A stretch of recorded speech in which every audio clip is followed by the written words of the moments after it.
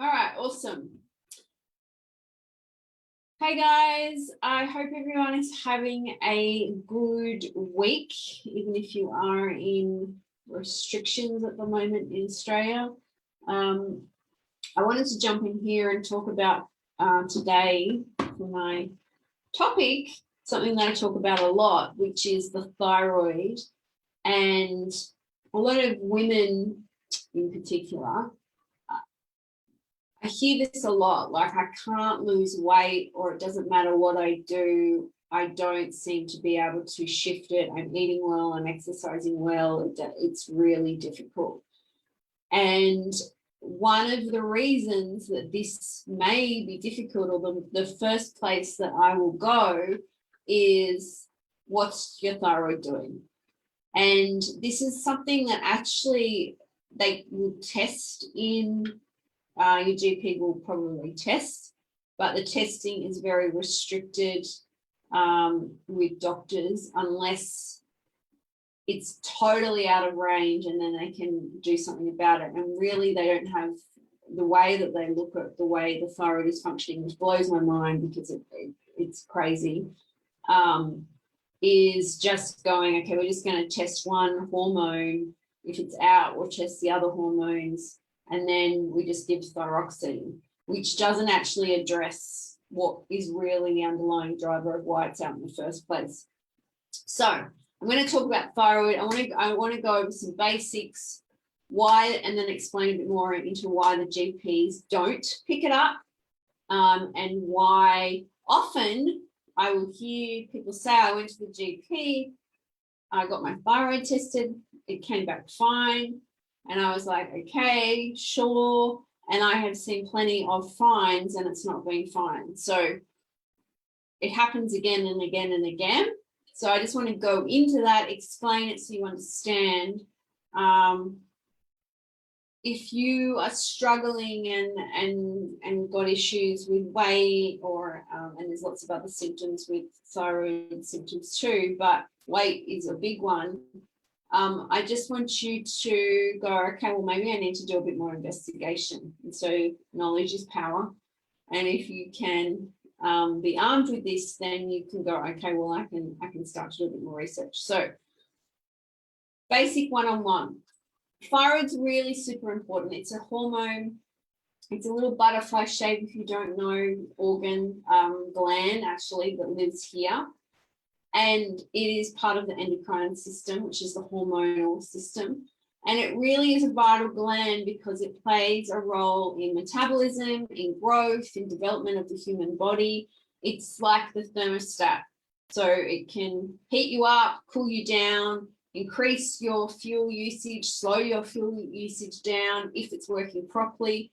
And then what happens is when it's not working as well as it should be, often it won't be able to rev up or slow down as it needs to.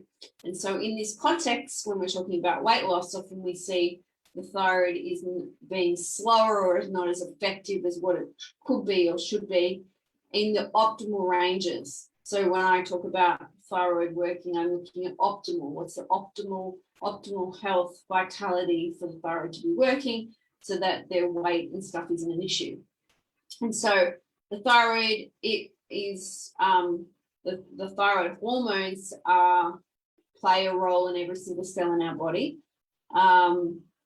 It is also responsible for, pulse, heartbeat, digestion, did I say that? Brain function, like brain maturity in children. It promotes growth. So if you have a thyroid dysfunction, sometimes extreme growth can happen, and also activation of the nervous system. So improvement on concentration, on reflexes. And so some of the thyroid symptoms can sometimes also be like brain fog, low mood, low energy, poor digestion, cold hands and feet, colds and extremities, hair loss, constipation, could also be diarrhea, but if it's slower, sometimes more constipation, so digestive issues. Everything's slowed down, and I see this a lot in women. They'll be cold, or it could be the other way where their metabolism is sped up. where there is, they can't put on weight, they're anxious, they have a fast heartbeat, they sweat a lot. So there's a lot of different aspects of thyroid, but there's a lot of symptoms with thyroid and underfunctioning thyroid that can be mistaken for other things as well. But it's really important. It's just a really important part of our gland in our body that needs to be looked after properly. And I'm going to share a diagram with you later that's going to explain that a little bit more, because I always learn better by seeing things. If you too, by the way, do have questions, please comment. If you're watching a replay, do hashtag replay and comment as well and ask questions, because then I will get back to you, and this will benefit because all these videos get stored in the group as well, and new people can then use them.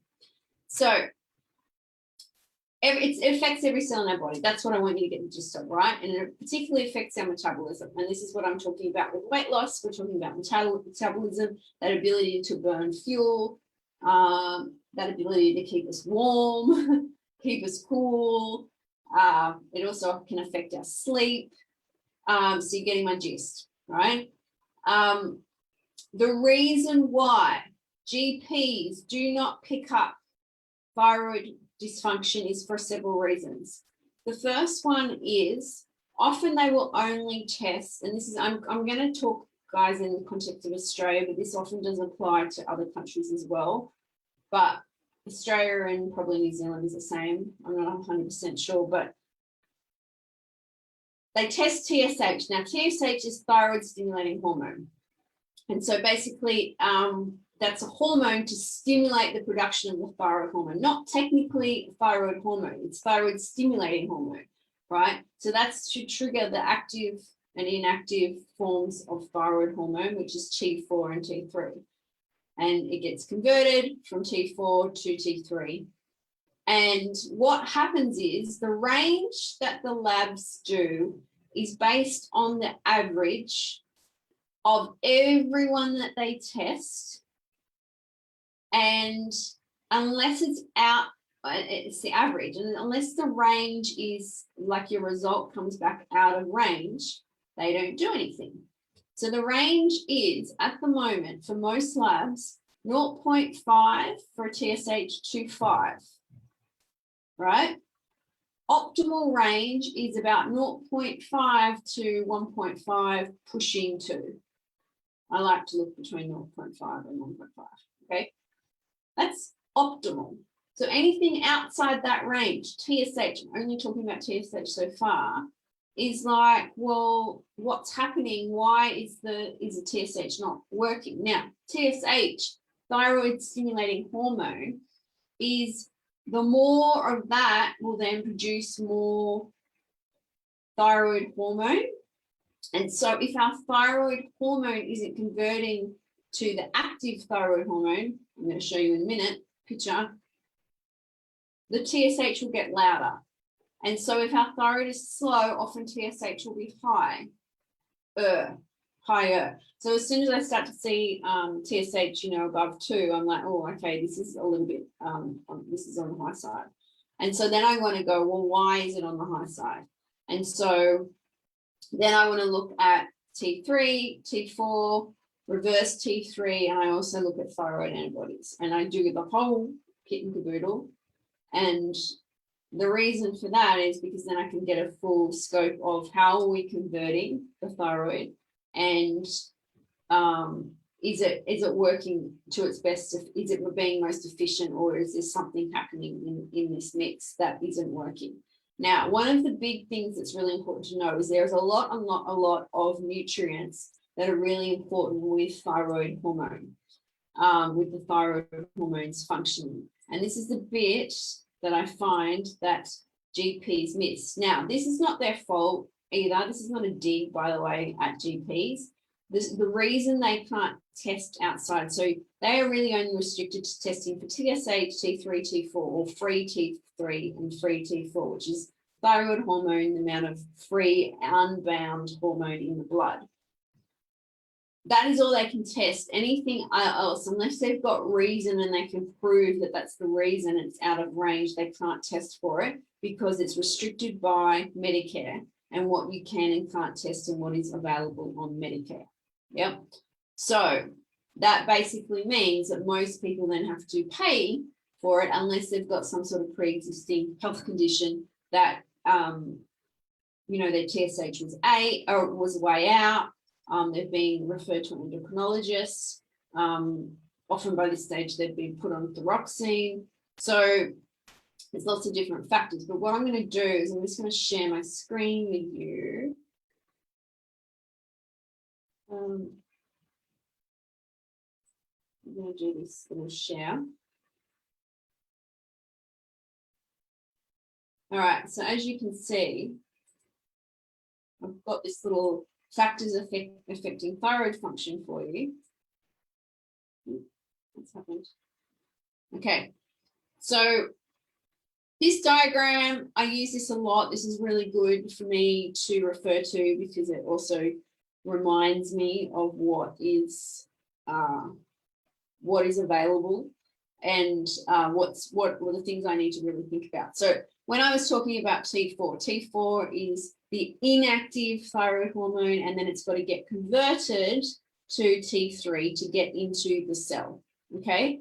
So the things that affect conversion, first of all, production of hormones is iron, iodine, tyrosine, which is an amino acid, zinc, selenium, vitamin E, B2, B3, B6, C, and D. Okay, that's a lot of stuff. Now, on Medicare, they don't even test for iodine.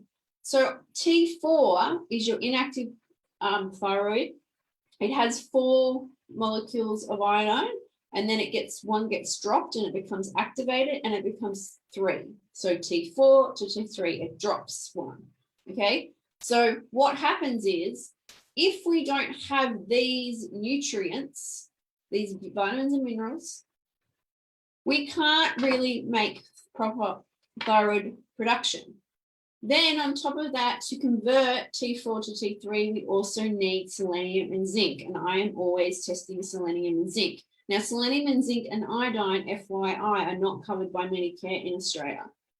Oh, this really irritates me. But anyway, they're also not expensive tests. You know, like iodine, you can do $30, 30. So it's about $90 to test, right? Sometimes I'll do iodine loading test, which is a 24-hour loading test to really get an indicator, but much less I just do spot your own as a starting point. I usually will, it just depends on the person in terms of what I'm going to check, but I usually do like to check. I always like to check thyroid, what's the thyroid doing? And if this is not converting properly in optimal ranges, I will know that I've got to go look at all these other factors and go, okay, what is it that I need to do? So zinc and selenium, most people are low in zinc. Most people also low in vitamin D. Most people are low in B vitamins. A lot of people are low in selenium, and a lot of people are low in iodine. I've talked about, and as well as iron. I've talked about iodine a lot before. Iodine is really interesting. It's a mineral, but also Australian soils are very deficient in iodine. We're a very old country for those in Australia. And we don't have a whole lot of iodine in our soils. And this is why in Australia they have iodized salt, because what used to happen is the milk pipes used to actually be cleaned with iodine back, you know, in the 50s. I think it got stopped in the 50s and 60s. They used to be cleaned with iodine because it's an antiseptic, right? So you go to hospital, you can get an iodine put on you. But they used to do that, and that's how the intake of iodine used to help get into people in Australia by default, not intentionally, just because iodine was on the pipes, it was in the milk, people were drinking dairy, like drinking milk, and then they stopped doing that, and people's iodine levels went down. One of the symptoms or the effects of low iodine is goiter, which is nodules in the thyroid. And so they iodized the salt. The problem is that the iodine salt is very highly processed. So a lot of people have now, switched to natural forms of salt, which I love, but my concern is, and I feel like probably a lot of people then don't get their iodine levels of iodine. And so you've got to then go, okay, well, how do we get it? We get it through kelp, for the most part. Kelp, I put kelp in or seaweed in my food, and I also am, supplementing with iodine, because iodine for me has been a problem.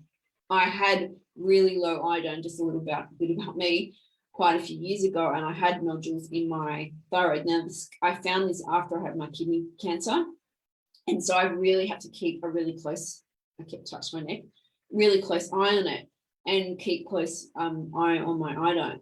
So when I got my iodine levels up, the goiters started to shrink. And so I've got to keep tabs on it. I got a scan the other day. It'd be interesting to see how it's come back, but my iodine was a little bit lower than what it should have been, so I had to bump it up. So my point is, you've got to really keep on top of it, and you can become a bit complacent. And I think I had gone a period of time without putting kelp in my food and realized it was showing up. So this is really important. I can't stress the importance of it. And I think most people are deficient in iodine and they're not getting enough in. I see people deficient in iodine. And it's particularly important also for brain. It's not just important for thyroid, for brain development of an unborn baby, so really important for pregnancy. You want to make sure those levels are right before you fall pregnant. So it can cause cognitive issues or learning development issues in children. So iodine really important if you're not getting the gist. Iron really important. A lot of people are low in iron, and that's another topic I can go into, but these are all important. So as you can see, that's just the nutrients just to make the hormone. And then we need to be able to convert it from T4 to T3, from here, T4 to T3, to get into the freaking cell, right? Factors that inhibit proper production of thyroid hormones. Stress, oh my God, I can't even tell you. Infection, so you can have an infection. Trauma, radiation, medications. Fluoride, which is huge, and this is why I'm so against the fluoride, is because fluoride binds, it's an antagonist to iodine. So it's part of the haloid family in the table of elements. If you look up table of elements, or remember from high school days, they're all over on the left side in their little family. And, I only really learned this later because I didn't pay a whole lot of attention to chemistry in school. And fluoride will bind to the receptor of the iodine. And so we have fluoride in our water. It's been put into most of us into our waterways, and everyone's like, oh, it's for public health, it's good for our teeth. Okay, I don't agree, because it's fine maybe for teeth, but at the levels it's at, it causes issues. And I think a lot of the issues are it's binding to our iodine receptors and affecting our thyroid function. So you've not only got the factor that we're deficient in iodine and not getting enough in through the diet, but a lot of people are drinking tap water, and where there's the haloid family, also including bromide, which is in new car smell, in clothing. It's used as a fire retardant on furnitures and things, on bedding. So it also binds to the iodine receptor. So there's all these factors in it that can really impact. I'm quite passionate about this, aren't I? That can impact thyroid production, like the hormone production. Okay, so then on top of that, we have toxins, so pesticides, mercury, heavy metals, mercury, cadmium, which I can never say properly, lead, and autoimmune disease. So if you're celiac as well, that can also affect the production of your thyroid. So these are all the things that I'm looking at and going, okay, do we need to eliminate these? Then the other factor is sometimes, as you can see over here, got my little pointer, rather than going down this route, T4 to T3, things can go down this route, and they will go down naturally that route. There's a healthy amount, but sometimes things can go really far down this route and not be going down that route. So if we're low in minerals, and then we're also got these other factors that are affecting it, it will get converted to RT3, which is totally not really overly helpful. And what happens is that the RT3 competes for the free T3 to the binding site, so then it blocks the thyroid hormone going in. So you can have too much of RT3, reverse T3, and not enough of this, and then you have this extra problem. And so the things that can include, the factors that can increase the conversion from T4 to RT3, again, stress, to trauma. Trauma, when we're talking about trauma in this context, is also physical trauma, but like biochemical trauma, like any type of physical impact, but also when you're talking about stress, we're talking about traumas that are unresolved, and the impact that can have on the thyroid. And this is why I'm always also talking about the fact of stress, the way we manage our nervous system, the way that we deal with things, and the way that our nervous system is functioning. And if we've got high levels of cortisol, it's going to have an impact on the thyroid. Low calorie diets can also cause this. So sometimes you see this with people when they go keto, they're like, oh, it really just messed with my hormones. It's like, yeah, because it was actually messing with the thyroid. I think what I've observed is, and this might not be keto, it could be more low calorie as well, you know, like totally cutting out carbs but not getting in enough. There's a bit of a combo of what it could be, just depending on the individual. And I'm not saying, I'm not dishing keto. It can be really beneficial with some people, particularly with addressing insulin resistance. I think some people do it for a long time, and it's not something I think should be done for a really long time unless it's for some sort of medical intervention. So that's my take on it. But yeah, low calorie diets, inflammation, so the immune system being inflamed, which comes back to the celiac autoimmune disease as well as celiac disease, but just general inflammation as well, like from the gut. Toxins, everyday, like environmental toxins, so things like endocrine disruptors, which you might have heard that term, is things that impact our endocrine system. Our thyroid's a part of our endocrine system. Liver and kidney function, or dysfunction, more to the point, and certain medications. So they're all that's a lot, you know, like you look at healthy lifestyle, you look at all the things that are going on for people. A lot of people have these things. And so to address the thyroid, and if you want to know, like, address your weight loss, you know, your thyroid, a lot of the time when people do make changes, they're making these changes which are actually addressing a lot of these issues. So, but you do still want to test, in my opinion. And then the factors that improve the cellular sensitivity, so the ability of the cell to absorb it, is vitamin A, zinc, and exercise. So it's pretty amazing, you know, and also a lot of people are low in vitamin A. Zinc is I can't even stress the importance of zinc.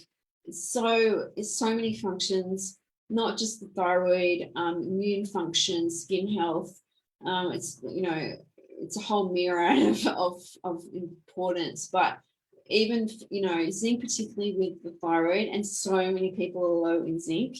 And when I'm talking about, again, the levels, this is the same thing. You could go and get tested, for example, vitamin D or iron, or even iodine with the GP, and they'll be like, it's fine because it's within the range, but it's still not optimal. So you're still not getting in enough. And I also see that. So zinc is a good example. Like, the range for zinc is between 10 and 22. And zinc really optimal is anywhere between 17 to 19 or 20. And that's the sort of range. Some people say 15, you know, that's sort of the range, 15 to 20, but that's the range that you're looking at.